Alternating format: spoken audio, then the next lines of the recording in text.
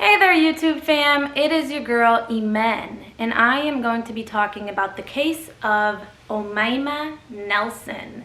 Now, everywhere that I've researched online, they've pronounced her name completely wrong because it's an Egyptian Arabic name, and for everybody else, apparently they cannot pronounce it correctly. So it is Omaima, which in translation, because I'm very big on name translations, it is a big part of your character, in my opinion, what you're named, because the name has been given to you by God. Like, well, Muslims believe that you're named before you're even born. So, Omaima, little mother is what it translates to.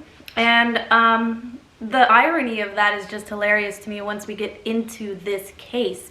Now, this is a true case. It is a true crime. She is Egyptian and comes straight from Egypt. But before I get into things, give out a disclaimer. Now, I am not a professional at all in any capacity. All of the information that I'm describing in this video today is based off of the research that I've done online, and I have taken all of that information, compiled it, and now I am giving it to you guys in a YouTube video. This is Mahia. Say hi, Mahia. Oh, don't be a whiny. Don't whine now. All right, so let's hop right into it, you guys. So Omaima Nelson, she is an Egyptian descendant. She grew up in Egypt.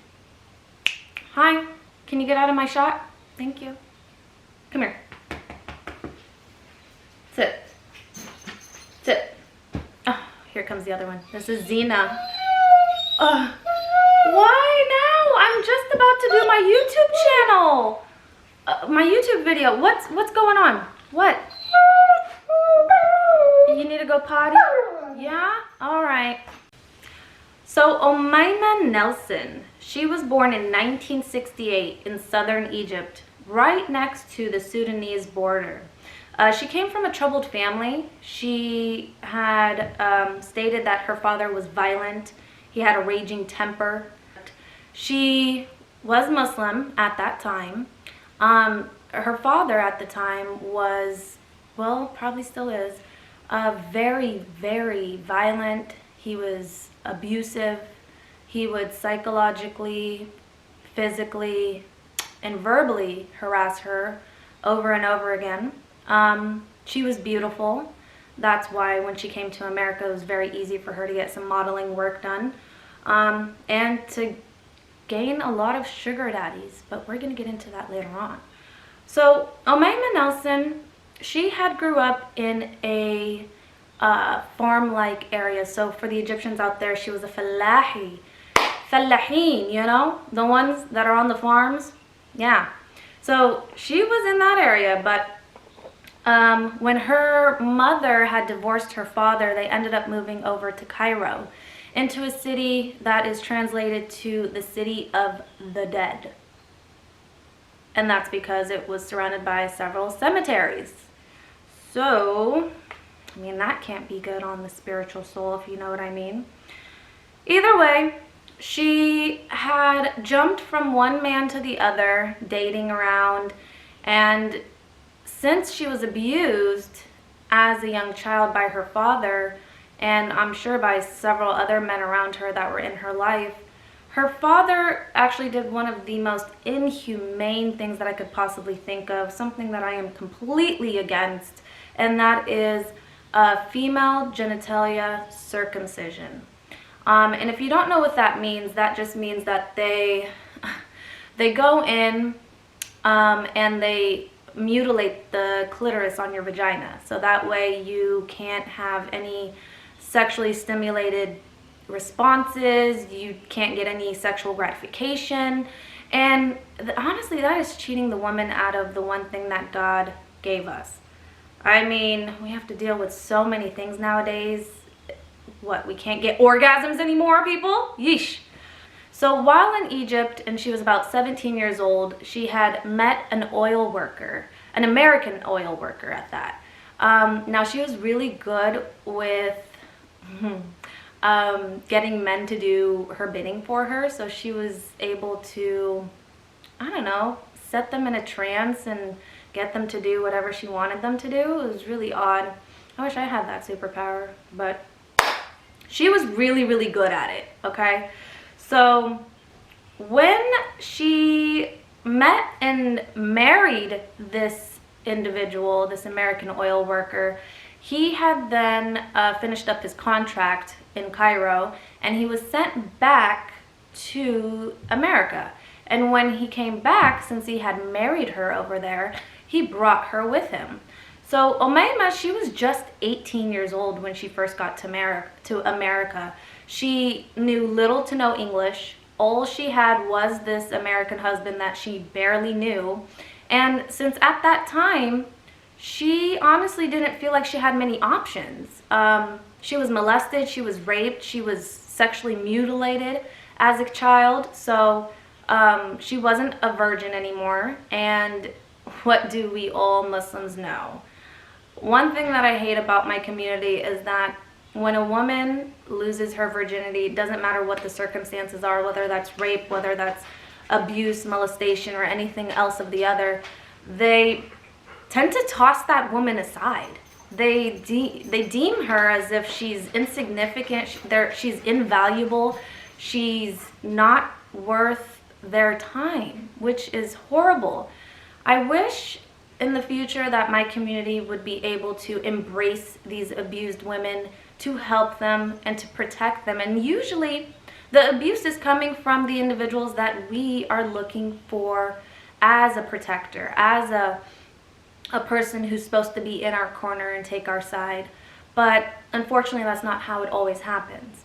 So when she came to America, she already had this, you know, all this abuse baggage with her. She felt as though this was her only choice. She had to marry this American because nobody else was going to accept her. So either way, that marriage failed, I think, within a month of her meeting this oil worker and coming down to Texas.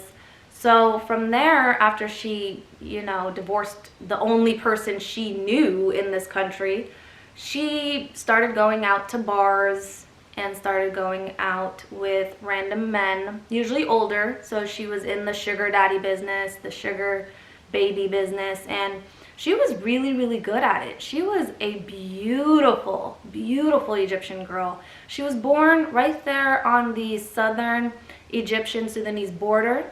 So she had that mix of Sudanese and Egyptian, which is beautiful. And she was just naturally beautiful. She was smart. She was really good at gauging emotions and again, getting men to do her bidding for her. I don't know what she would do, but I mean, she was good at it.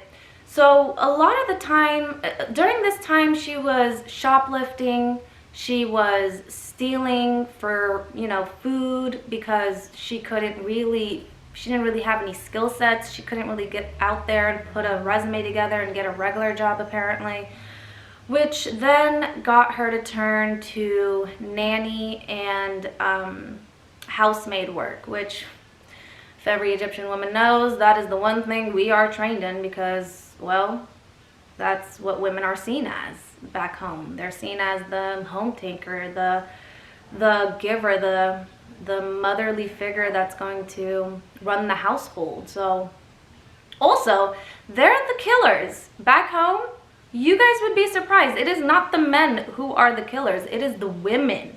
And by killers, I mean, like, you know, killing animals for food. So a lot of the times on these farms and ranches back home, it was the women who would go and prepare the food, from the slaughter of the animal to the skinning, the I don't know, the degutting, I don't know what it's called. But they were the ones doing this. It wasn't the men. Actually, a lot of the men, they had sensitive stomachs. They couldn't really bear the sight of doing that or have the heart to do it. So the men were, the women were slightly vicious in that way. But anyways, so she had a lot of this experience, right? So that's what she took up. Now, in the meantime, she was doing modeling work as well. She was, just to make ends meet, just to get food on the table. And unfortunately, she had went into a bar one night, which again is just, this is how the devil works, you guys. He gets you to make you lose your morals and values slowly but surely. So since she already felt at an ultimate low, she already felt like she was invaluable to her family, that she didn't have any other options, she probably started thinking like, well, if I'm going to the hellfire, I might as well go big, right? Go big or go home. And I'm sure that's a lot of the women's thought process that are put in the same predicament, in the same situation every day.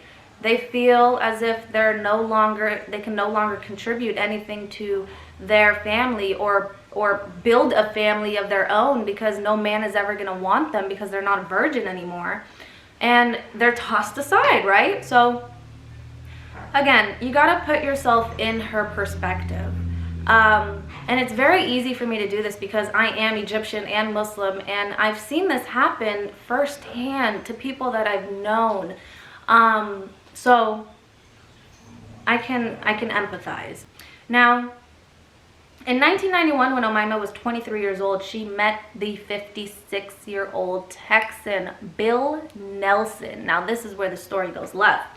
But either way, she walked into this bar.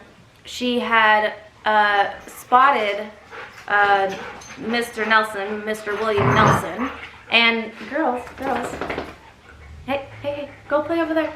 Go play while mommy works. So she had spotted William Nelson. Now, William Nelson was a flamboyant, law-breaking citizen already. When she had met him, he was on parole for drug trafficking. He was a pilot, so he was caught smuggling marijuana to and from, I believe, Mexico. But he did some backdoor things where he got the whole thing kind of, the sentence lowered. He was on probation instead of doing actual jail time. That's what happens when you have money in America. If you know the right people, you could pay him off. So he was flamboyant. He was the type of guy that would drive a red Corvette, wear red cowboy boots, wear the big brass buckles. Like, I mean, just attention seeking at best, if we can say, right? Well, on that day, his attention seeking was met, and Omaima was able to see that, oh, this man might have something to offer, a little bit more than just, all of this materialistic things. She started seeing dollar signs, right? And for a girl that really didn't have much options, who was pretty poor, was stealing just to get food into her belly, well, he looked like an easy target. So she sat down, she hit him with her Egyptian charms, and he fell in love with her. They ended up hitting it off. They started dating, and within a month of dating, she had convinced this man to marry her. Like, if that's not skills, then I don't know what is. So, despite being in Orange County, Bill claimed to own a large cattle ranch in Texas. He was seemingly quite wealthy. Bill also had 5 children and 17 grandchildren. Omaima wanted to be cared for and was looking for the kind of security an older man can provide. And I can understand this. I can understand her feeling this way, because if you grew up with a shitty father who didn't show you any love, respect, protection, or guidance, I mean, that's the one thing you're probably craving in this world, right? Just a man's protection and love, which is completely different than a mother's. So I can understand why she did that. Okay, so after getting married, they then took a honeymoon, which was a road trip to Texas and Arkansas for Bill to introduce Omaima to his family. So Bill wanted Omaima to meet his 5 children and all of his grandchildren. And when she actually arrived there, Omaima was younger than some of his kids, which is, I'm sure, awkward, right? Like, on this road trip, I just want to touch on this just to give you a bit of a character basis for Omaima. She was a very strong-willed woman. She can take pain, obviously, because when she was on this trip, they went horseback riding. And while horseback riding, the horse toppled her off, so she flew off the horse, and they were all telling her, like, let's go take you to the hospital, or let's, you know, give you something to help you with the pain. And all Omaima asked for was some aspirin and some vodka, and she was good to go. And she just continued on like as if ain't nothing happened. Now, that should have been a red flag right there for Bill, but whatevs. After a couple of weeks of road tripping, the pair came back to Orange County, and Bill phoned his daughter to tell her about this great Thanksgiving feast and how well everything was going. But this is where the story goes left, right? Because it has to. On December 1st, 1991, a man found Omaima waiting outside his door. So around this time, Omaima she was dating several different guys. This was prior to her marriage with Bill Nelson, right? She was dating several guys, and one of those guys' names was Jose. So Jose, he had found her at his doorstep on this day because, well, Omaima was driving Bill Nelson's red Corvette, and she had Bill Nelson's body parts in bags. She had Bill Nelson. Okay, you heard me. Yeah. So, but let's backtrack, right? What got her to that doorstep? So, on Thanksgiving Day morning, everything was going well, apparently. Bill Nelson, who was into bondage sex, he was into some really weird stuff. Apparently he was also abusive, so Omaima found herself running from one abusive situation to another. I don't know. This woman has some really bad luck, in my opinion, but so this day, now I've read several different reports that depict this in different ways, but what I feel like what happened was the fact that Omaima had engaged Bill in some bondage sex. She then got him to tie himself up, or she tied him up to their bed. And when she did, she had then tried to extort.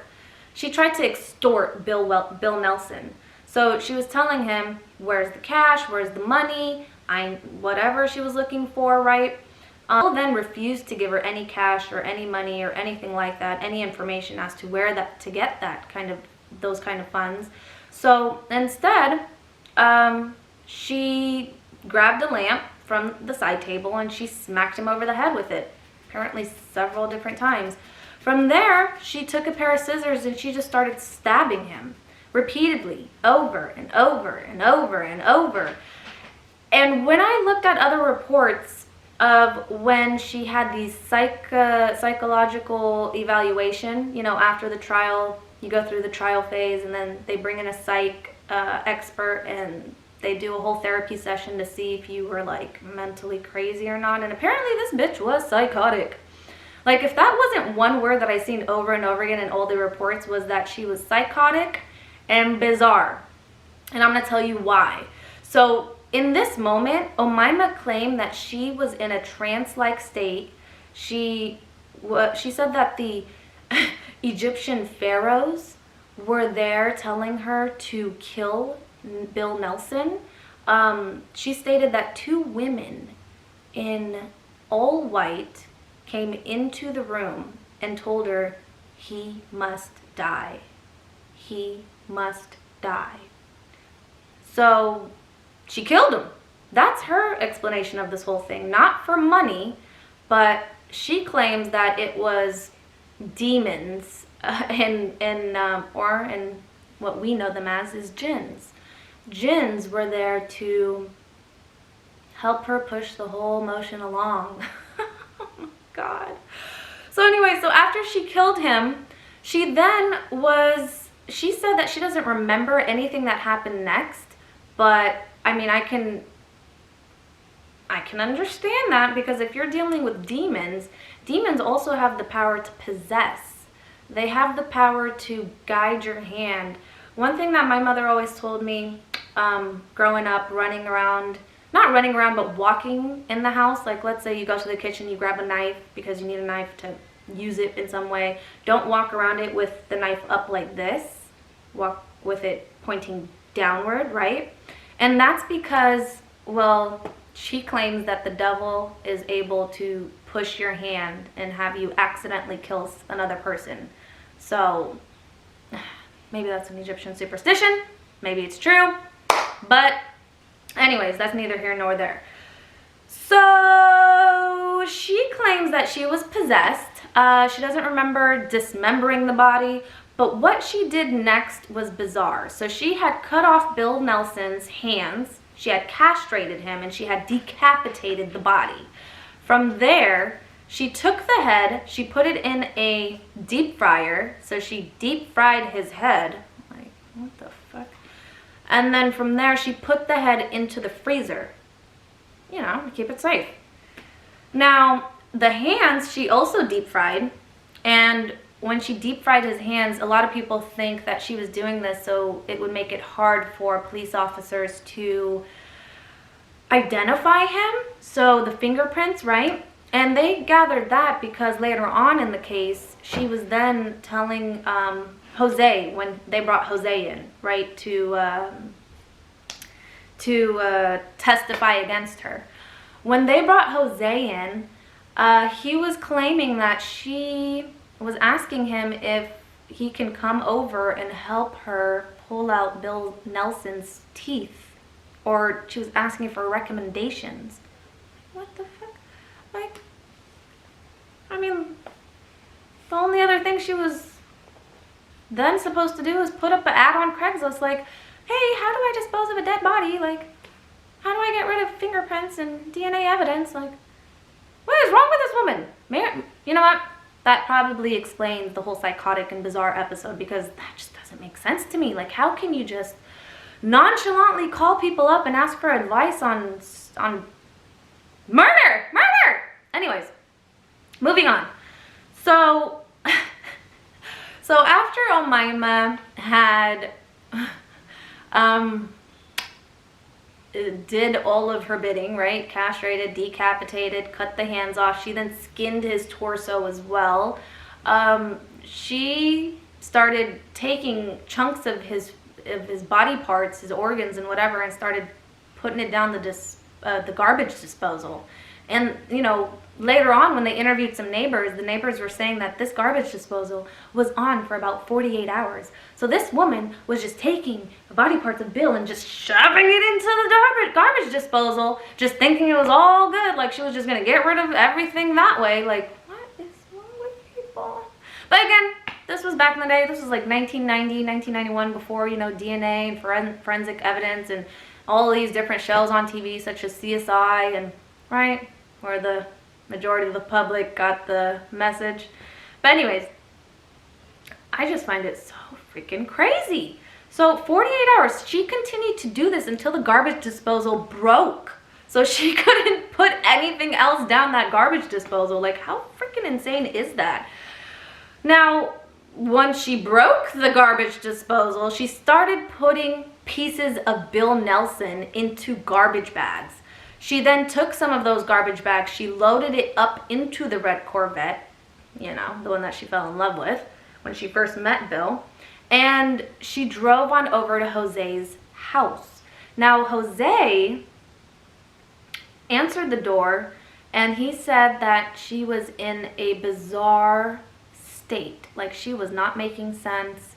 The bitch was tripping, okay? The bitch was tripping, because she came on over there and she was telling Jose, like, hey, how do I get rid of the rest of this body? Do you have a truck that I can use? I need you to come over to my house. I have the rest of his body over there, and we need to collect all of him and get rid of him somehow, right? But Jose, who had some sense, was going along with her, because that's what you do with crazy bitches. You just go along with it until you can get away and call 911, which is exactly what Jose did.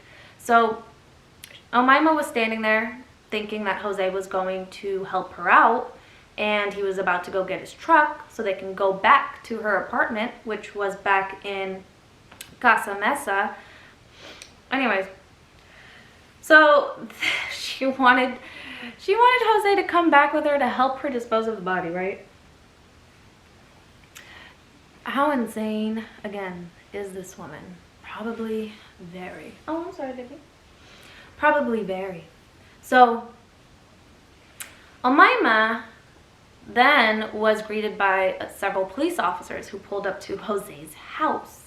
Now, Jose was then telling the police officers the crazy ass story that this woman just told him, and she started denying it and telling them that he was crazy, that he misunderstood her, that that's not what she meant, that Bill Nelson was just out on a business vacation and he's just out of the country, you know? Like everything's okay. And like as if some of his body parts weren't sitting right there in the passenger seat of the red Corvette that she's driving. Like, for stupidity, oh God. So anyways, so when they searched the red Corvette, of course they found the body parts. They started becoming more suspicious of this woman because her story started not making sense. I mean, of course it was already not making sense, but it wasn't making any sense. So they then went back to her apartment with her and found the rest of Bill Nelson. They found all kinds of different trash bags. They found the hands still in the deep fryer. They found the head in the freezer next to some peas and carrots, like as if it was all good, right? And they also found some leftover turkey from Thanksgiving with some mixed up meat that was not turkey. That could more than likely be Bill Nelson. Now, when they asked her about the different about the remainder of his body, because when they gathered all of his body together and they weighed it, Bill Nelson was about like 230 pounds, and they were saying that they were short about 80 pounds of it, or more or less. So they were asking her, like, what happened to the rest of Bill? And since they didn't find the rest of Bill Nelson's body, and they think that that's because of the garbage disposal, that she got rid of the majority of it in there. And they also believe that she had cooked some of Bill Nelson up and ate it. Protein. Ugh. Now, when she was questioned about whether or not she actually ate some of Bill Nelson later on, after the trial and so on and so forth, she at first stated that she had cooked his ribs, put some barbecue sauce on it, and they tasted sweet. Could have possibly just been the barbecue sauce you were using, but I mean, I suppose. And then and then later on, when she had that psych evaluation, they asked her again, did you eat any of Bill Nelson? And she then adamantly started denying it. Like, no, I would never. I am not a monster. Her words, right? I am not a monster. I would never do that. She claimed throughout the trial that she was an abused woman who had PTSD, who suffered from woman battered syndrome disorder, and she was playing the victim pretty much. Now, she probably was a victim at one point, but I mean, let's backtrack here. So when that day came about, she had told the psychiatrist that before she even did anything, she had put on red lipstick, red heels, and she was preparing to engage and seduce her husband, I suppose, so she can murder him. Omaima claimed she was tied up and raped. Investigators immediately noticed that the bedposts were broken and that the bed and box springs were soaked with blood.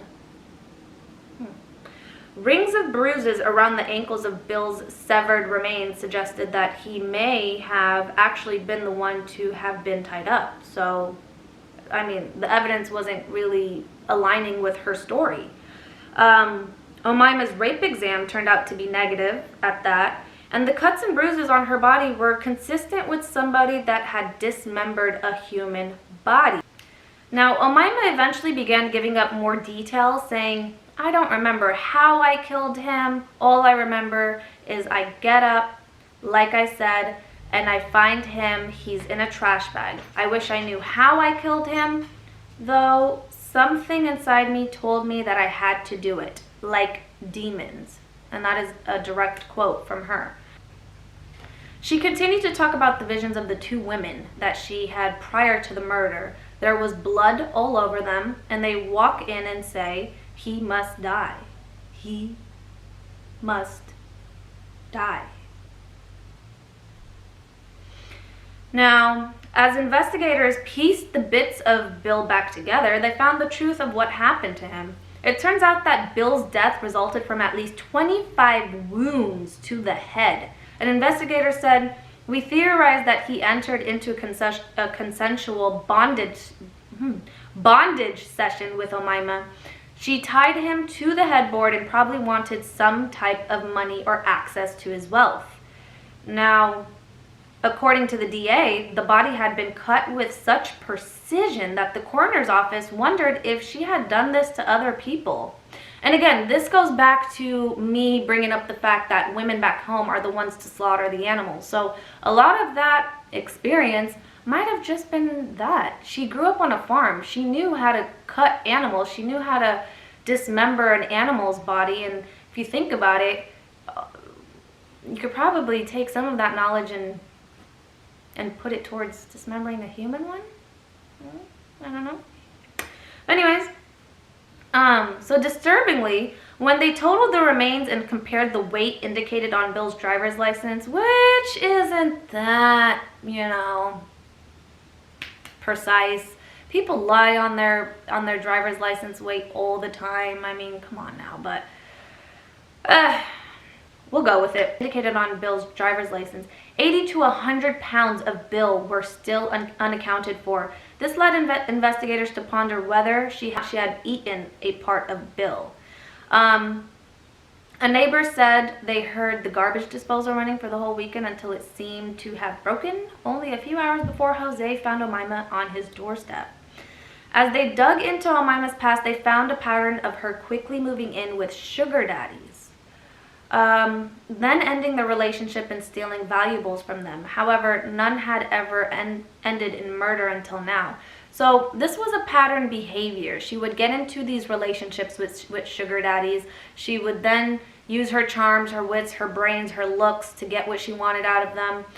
She would use their sexual gratification against them, whether that's bondage or anything else, and she would give them exactly what they want and then leave them blue-balled by the end of it while she's running off with their entire wealth or some money or cash or jewelry or whatever she was looking for at that time. On December 2nd, 1992, the 24-year-old stood trial.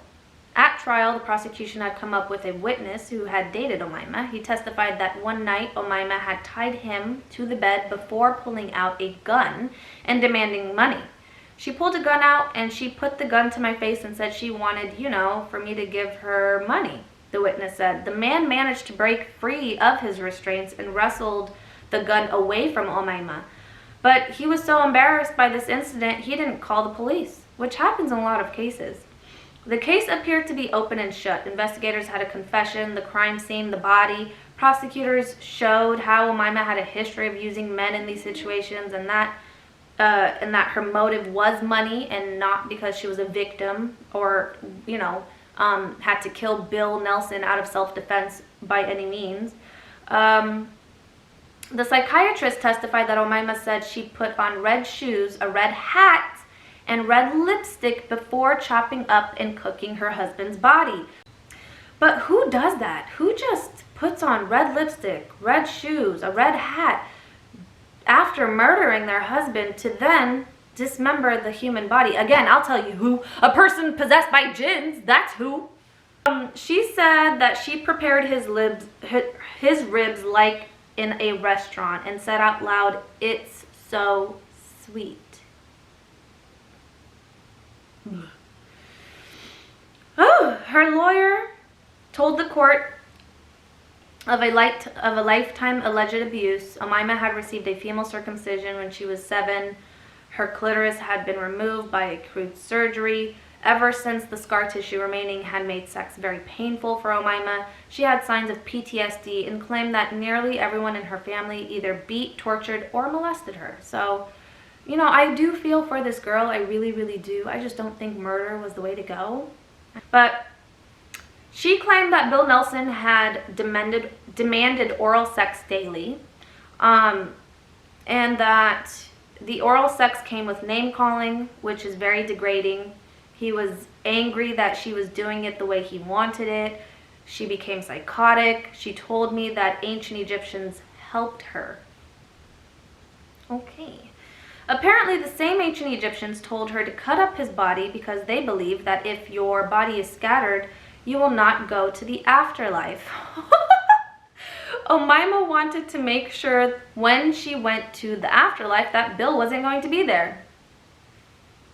Well, Omaima, I'm sorry to break it to you, but more than likely, Bill is going to be exactly where you're headed. Now, Omaima also claimed that there was sexual abuse going on, that there was anal sex, and for Muslims, anal sex is a big, big no-no. No. We believe that when you do conduct yourself within anal sex, that it allows negative energies, negative spirits such as jinns, demons, etc. to be able to possess your body, to be able to influence you. It's like bringing your overall spiritual strength and level down. And so I can see as to why that would really throw her off. Like, if she's never done that in the past, I can see that being a new trauma for her to add on to her sexual abuse. I mean, this girl has been through it since age 7. Like, I just don't, oh my God. Now, the night of the murder, there was allegedly a brutal sexual encounter that ended because Omaima claimed she grabbed a lamp from the beside of the table and hit Bill. She also used an iron and scissors to finish the job. So, poor Bill. That was all Omaima could remember. Her memory allegedly went blank, but she did deny eating any part of Bill. She said, according to the LA Times, "I swear to God, I did not eat any part of him. I am not a monster." Those are her exact words. Omaima continued saying, "I didn't know where to go or who to call or what to do, and I got next, like, confused.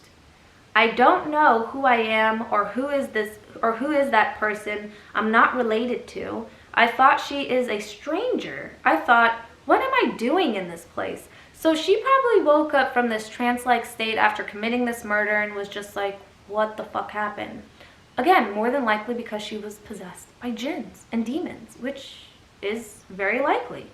Now, her lawyer said, "We thought we had a chance at either an acquittal based on self-defense, but more likely we had a chance at involuntary manslaughter." So that's what her attorney was going for. But the jury, however, found her guilty of second-degree murder. So they didn't find enough evidence to convict her of first-degree murder. They didn't believe that it was involuntary manslaughter either, so they gave her second-degree murder. Now, she was given 27 years, or 27 to 28 years for the second-degree murder, as well as for the assault and false imprisonment and robbery of the former boyfriend, right? Omaima said, "I'm sorry, I dismembered him. I was in a fight for my life. If I didn't kill him, I would have been killed that day myself." So this is what she truly believed. Either that or she was possessed. I mean, so many different stories going on right now that I don't really understand what. Now, in 2006, she was up for parole. They had denied her because she showed no remorse.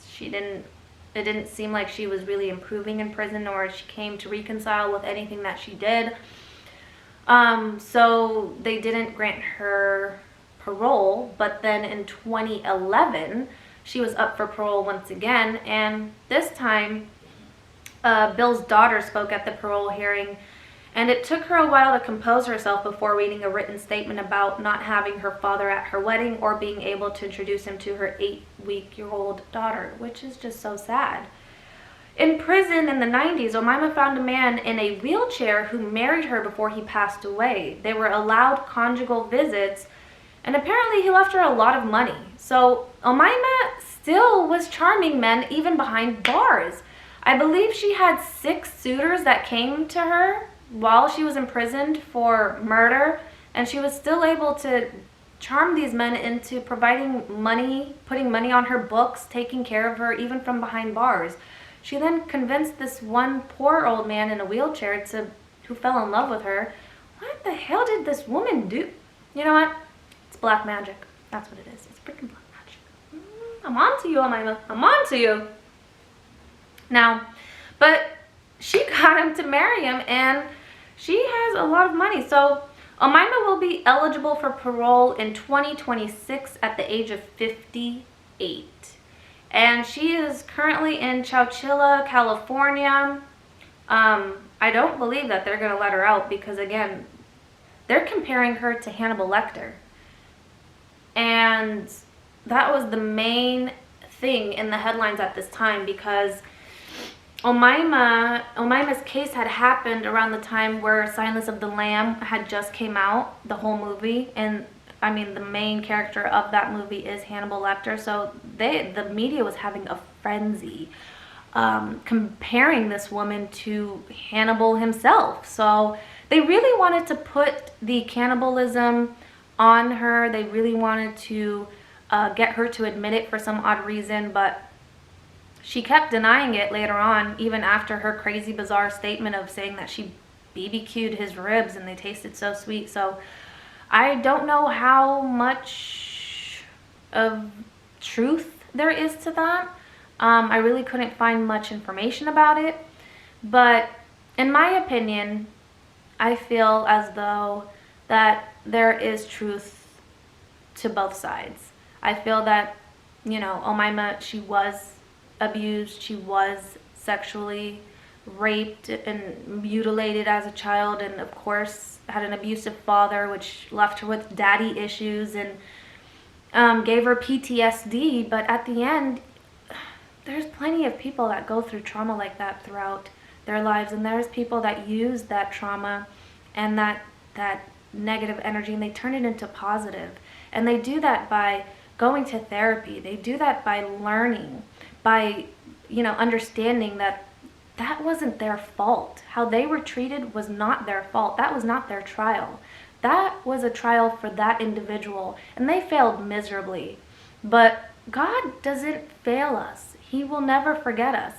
And even though you were done wrong, you have to keep in mind that there is always going to be some good in this world for improvement. And the more you understand, you know, that every person on this earth is human, and none of us are godlike in any kind of way or capacity, that there is going to be room for human error. So our parents aren't going to be perfect. Our parents might be the ones that are doing the most harm and screwing up our lives the most. But at the end of the day, you just have to come from a place of understanding and forgiveness, because if God can forgive us for all of the sins that we do on a daily basis, all the blasphemous things that we do, then we can forgive even the craziest things, such as torture, abuse, and mutilation. But for Omaima's case, I guess that wasn't possible, so she felt like she needed to murder this individual. Now, I don't know if I believe the whole self-defense thing. Like, I don't. Like I said, they had previous patterns of her behavior from dating other sugar daddies and other men, and you know how they had the witness come in and talk about how she put a gun up to him and she was trying to extort him for money and cash. So, you know, I think she actually did it, you guys. What do you guys think? Do you guys think that she was innocent in all this? Do you think that she was just a victim of abuse who was cornered and put in a place of you know, of a hard decision to make? Like, I don't know how much I believe in that.